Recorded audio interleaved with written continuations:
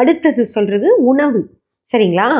ஒரு ஒரு மாலில் இருக்கிற ஒரு கடையில் போய் சாப்பிட்டு நல்லா இருக்குன்னு சொன்னாங்க. ஆனால் அந்த கடைக்கு நாங்கள்லாம் சாப்பிட போனப்போ கேவலமாக இருந்ததுன்னு காரி துப்பிட்டு வந்தோன்றாங்க. ஒரு பொண்ணு ஃபேமிலியோட 1.5 மணி நேரம் ட்ராவல் பண்ணி சென்னையில் ஒரு இடத்துலேருந்து இன்னொரு இடத்துக்கு போயிருக்காங்க.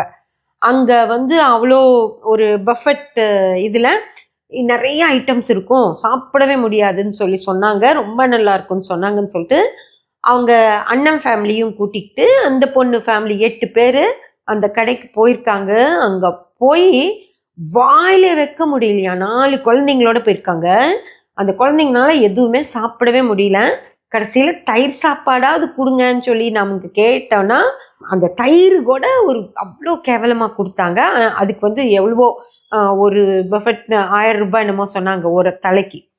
அப்படி காசையும் கொடுத்து பசியும் அடங்காம குழந்தைகளும் எதுவும் சாப்பிடாம திரும்பி வந்து எல்லாம் ஒரு ஜூஸ் கடையில் போய் ஜூஸ் குடிச்சிட்டு வந்தோம். இது வந்து ஒருத்தர் சொல்லி, இன்ஃப்ளூயன்சர் சொல்லி தான் நாங்கள் அந்த கடைக்கு போனோம் அப்படின்னு சொன்னாங்க.